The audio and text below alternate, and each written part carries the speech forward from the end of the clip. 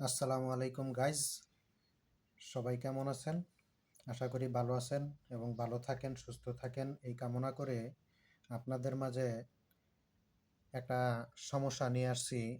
সেলাই মেশিনের যে সমস্যাগুলা অহরহ হয়ে থাকে আমাদের মাঝে, যারা নতুন কাজ করেন তারা হয়তো এই সমস্যাগুলা সম্মুখীন হয়েছেন এবং এই সমস্যা থেকে আপনারা বাইর হইতে পারছেন না। তো আজকে একটু মনোযোগ সহকারে আমার এই ভিডিওটা দেখবেন। আশা করি এই ভিডিওটা দেখলে আপনাদের যে সমস্যাগুলো, এই সমস্যাগুলা থেকে আপনারা অতি সহজেই বের হয়ে আসতে পারবেন। তো আজকে মেশিনের সমস্যাটা তুলে ধরবো আপনাদের মাঝে। অনেক সময় দেখা গেছে আপনার মেশিনের চাকা ঘুরে কিন্তু মেশিন ঘুরে না। এই সমস্যাটা কেন হয় আপনাদের মাঝে এটা তুলে ধরবো। আবার অনেক সময় দেখা গেছে যে আপনার পাওদানি দিয়ে যখন মেশিন চালাইতে থাকেন, শুধু পাওদানির চাকাটাই ঘুরে, মেশিনের চাকা ঘুরে না। মেশিনের চাকা না ঘুরার কারণে আপনার সেলাই করতে পারেন না। তো এই দুইটা সমস্যা আজকে আপনাদের মাঝে ক্লিয়ার করব।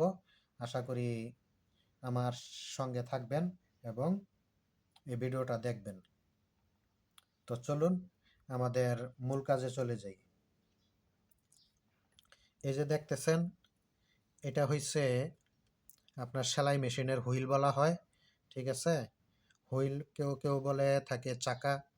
এখানে পাশে দেখেন আরেকটা চাকা আছে, এটা একটা নাটের কাজ করে এই চাকাটা আটকানোর জন্য।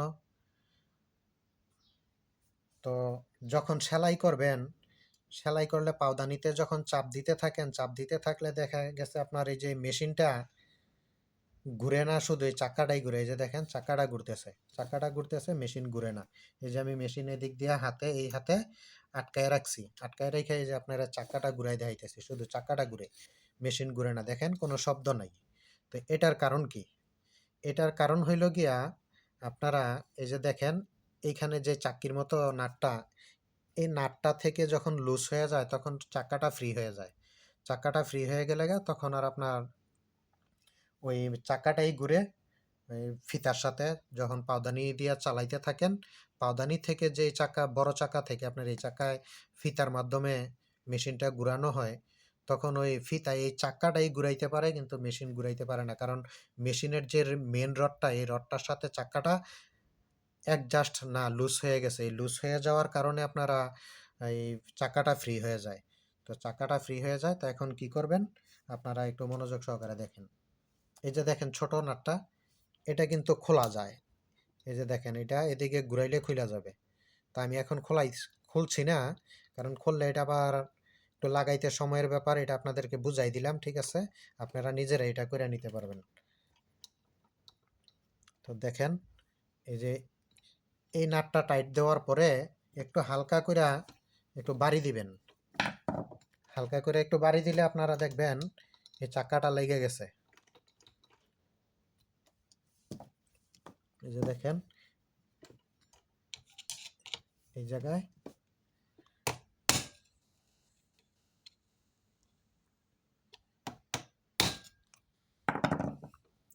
এই যে চাকা লেগে গেছে। এখন দেখেন মেশিন ঠিক ঘুরতেছে, তারপরে পুরো মেশিন ঘুরতেছে না, পুরোপুরি আপনার নাটটা লাগে নাই, কারণ খুলছি তো, খোলার পরে আপনার নাটটা সেটিং হয় নাই, ঠিক আছে? এই যে দেখেন পুরাটাই খুলতে হইতেছে এখন আমার। ভাবছিলাম না খুলে আপনাদেরকে দেখাইবো। এই যে দেখেন এই ওয়াশারটা অবশ্যই দিয়ে নেবেন। এই ওয়াশারটা যদি না দেন তাইলে কিন্তু আপনার এই মেশিনের চাকা ফ্রি থাকবে, কারণ এই ওয়াশারটার মাধ্যমে আপনার এই চাকাটা লাগে। এইভাবে লাগাইতে পারবেন না, আমি তারপরও চেষ্টা করতেছি। মেশিনটা আপনি এইভাবে চাকাটা উপরের দিকে খাড়া করাই নেবেন, তাইলে আপনার এটা লাগাইতে সহজ হবে। লাগাইতে সহজ হবে, আপনার ওয়াশারটা নিচের দিকে আসবে না।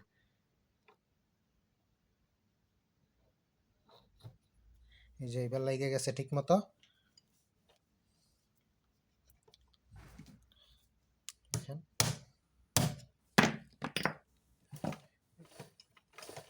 এই যে দেখেন মেশিনের শব্দ, এই যে সুই, এই যে সুই ওঠানামা করতেছে, ঠিক আছে?